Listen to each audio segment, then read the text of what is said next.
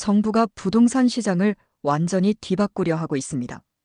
여러분이 알고 있던 전세 시장, 매매 시장, 심지어 월세 시장까지 모든 것이 바뀌고 있어요. 60년간 부동산 현장에서 수많은 변화를 지켜봤지만 지금과 같은 전방위적 규제는 처음입니다. 오늘 여러분께 말씀드리고 싶은 것은 단순한 정책 해석이 아닙니다. 여러분의 삶에 직접적으로 영향을 미칠 변화들, 그리고 이 변화 속에서 어떻게 대응해야 하는지에 대한 실질적인 조언입니다. 먼저 전세 대출 규제부터 살펴보겠습니다. 정부는 전세 대출에도 DSR을 적용하겠다고 발표했어요. 이게 무슨 의미인지 아시나요? 임대인 입장에서는 전세 보증금을 부채로 간주하게 됩니다. 예를 들어 5억 원짜리 아파트를 가지고 있고 전세 보증금을 3억 원 받고 있다면 이제 3억 원을 부채로 봐야 해요. 그러면 추가 대출 한도가 크게 줄어들죠. 제가 상담했던 한 집주인분은 이렇게 말씀하셨어요. 선생님, 전세 끼고 있으니까 은행에서 대출이 안 나와요. 차라리 전세 빼고 월세로 돌리거나 아니면 직접 살아야겠어요. 이런 사례가 전국적으로 확산되고 있습니다. 임차인 입장에서도 마찬가지예요. 소득이 없거나 불안정한 분들은 전세 대출 자체가 어려워질 거예요. 그럼 해결책은 무엇일까요? 지금부터라도 전세 시장의 변화를 인정하고 새로운 주거 전략을 세워야 합니다. 전세가 어려워진다면 월세나 반전세로 갈아타거나 아니면 실거주를 위한 내 집 마련을 서둘러야 해요. 이런 변화의 효과는 벌써 나타나고 있습니다. 전세 물건이 줄어들고 있고 남은 전세 물건들도 가격이 상승하고 있어요. 결국 주거비 부담이 전체적으로 늘어나는 상황이죠. 정부의 두 번째 핵심 정책은 유동성 회수입니다. 그동안 시장에 풀린 돈을 다시 걷어들이겠다는 거예요. 대출 규제를 통해서 말이죠. 이 정책의 목표는 명확합니다. 부동산 시장에서 돈의 흐름을 차단해서 가격 상승을 막겠다는 거죠. 하지만 이것이 실제로 어떤 결과를 가져오는지 살펴보겠습니다. 제가 최근에 만난 한 다주택자분은 이런 고민을 하고 계셨어요. 선생님, 전세 끼고 있던 집들이 문제가 되고 있어요. 전세 대출 규제 때문에 전세를 받기도 어렵고 그렇다고 월세로 돌리면 세금 부담이 늘어나요. 차라리 팔아야 하나요? 이런 상황이 전국적으로 벌어지고 있습니다. 전세가 줄어들고 반전세나 월세로 전환되고 있어요. 하지만 월세로 전환하면 임대소득세 부담이 커지죠. 그래서 많은 임대인들이 실거주로 전환하거나 아예 매도를 고려하고 있습니다. 해결책은 무엇일까요? 유동성 회수 정책을 이해하고 그에 맞는 전략을 세워야 합니다. 임대인이라면 세금 부담을 최소화하면서도 안정적인 임대 수익을 얻을 수 있는 방법을 찾아야 해요. 임차인이라면 늘어나는 주거비 부담에 대비해야 하고요. 이런 변화의 효과는 이미 임대 시장에서 나타나고 있습니다. 전세 물건은 줄어들고 월세 물건은 늘어나고 있어요. 전체적으로 주거비 부담이 증가하는 추세죠. 세 번째로 살펴볼 것은 다주택자 규제입니다. 2026년 양도세 중과 유예가 종료될 예정이에요. 지금까지 한시적으로 완화되었던 규제들이 다시 원래대로 돌아간다는 뜻입니다. 여기에 보유세 인상도 검토되고 있어요. 다주택자들에게는 2중 3중의 부담이 가해지는 상황이죠. 제가 상담했던 한 다주택자분의 이야기를 들어보세요. 선생님, 지금 세 채를 가지고 있는데 2026년 되면 양도세가 어떻게 될지 모르겠어요. 미리 정리해야 할까요? 아니면 자녀들에게 증여를 해야 할까요? 이런 고민을 하는 분들이 정말 많아요. 다주택자 규제 강화는 단순히 세금 부담만 늘리는 게 아니라 전체적인 부동산 시장의 구조를 바꾸고 있어요.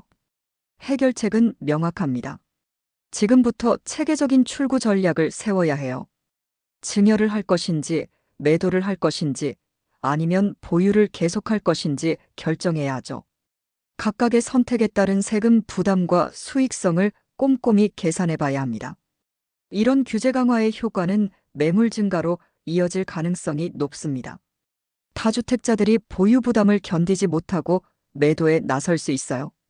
이는 일시적으로 매매 시장의 공급 증가를 가져올 수 있지만 장기적으로는 임대 공급 감소로 이어질 수 있습니다. 네 번째로 살펴볼 것은 공급 정책입니다. 부동산 시장 안정의 핵심은 결국 공급이에요. 하지만 현재 공급 정책에는 심각한 한계가 있습니다.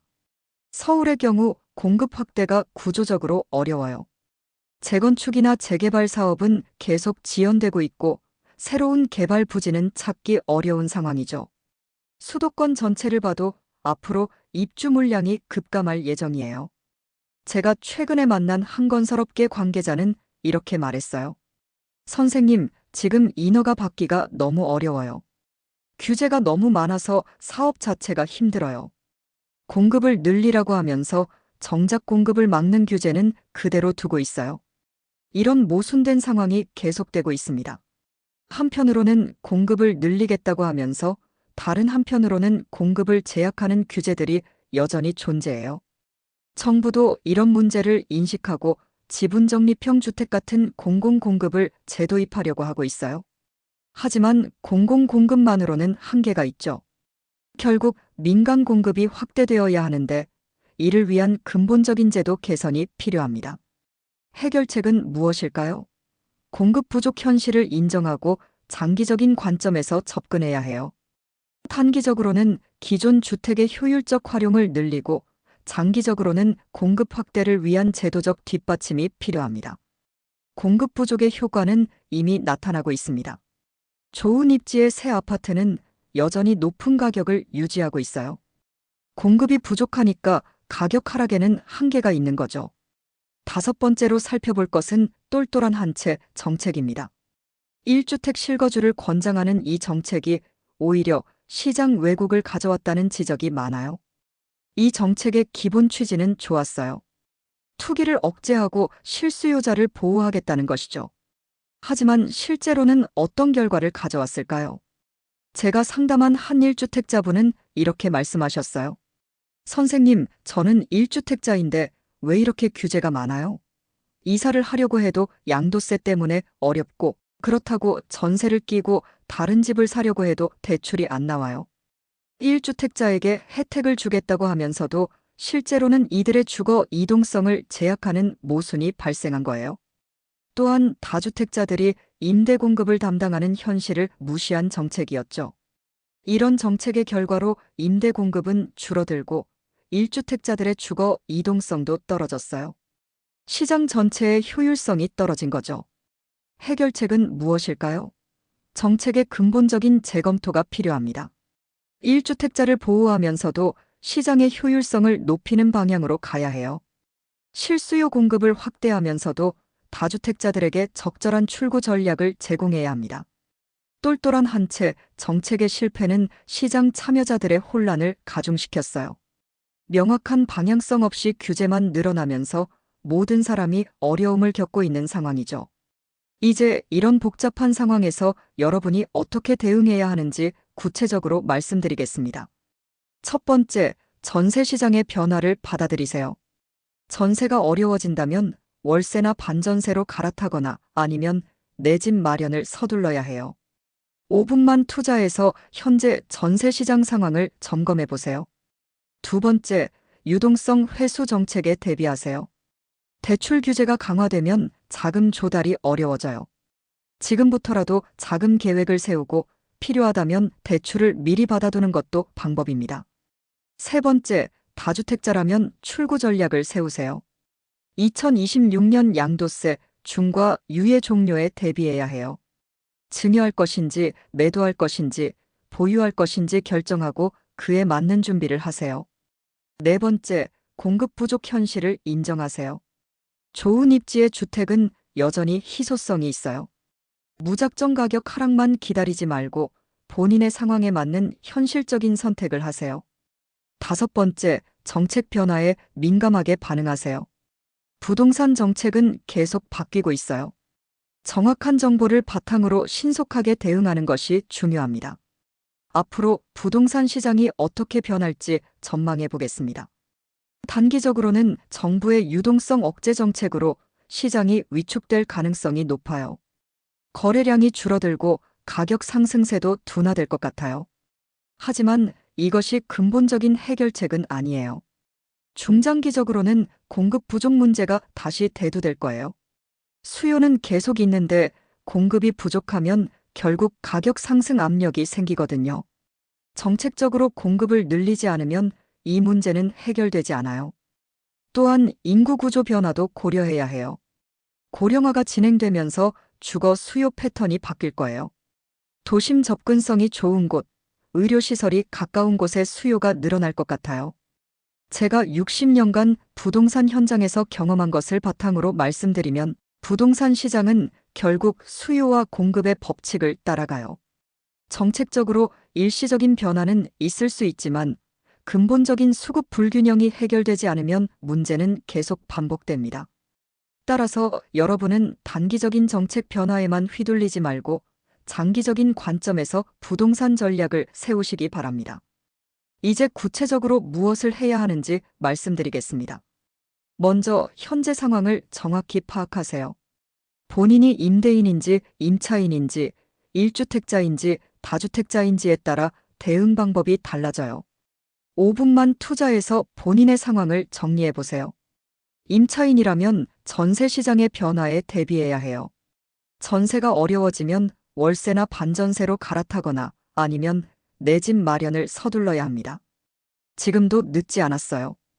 임대인이라면 임대 전략을 재점검하세요. 전세 대출 규제 강화로 전세 운영이 어려워지면 월세로 전환하거나 실거주를 고려해야 해요. 세금 부담도 함께 계산해 보세요. 다주택자라면 출구 전략이 중요해요.